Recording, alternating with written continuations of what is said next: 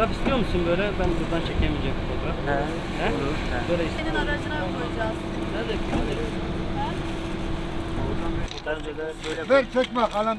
Evet gel gel. Ya fotoğraf mı çekeceğiz? Mansur sen düşme. Müdür.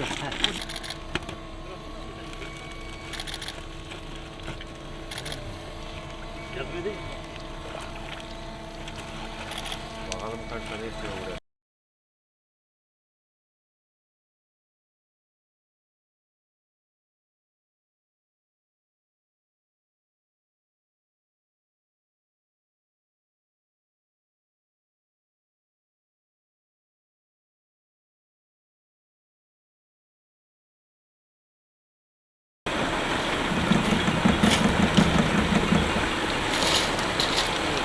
İçten çekebilirsin.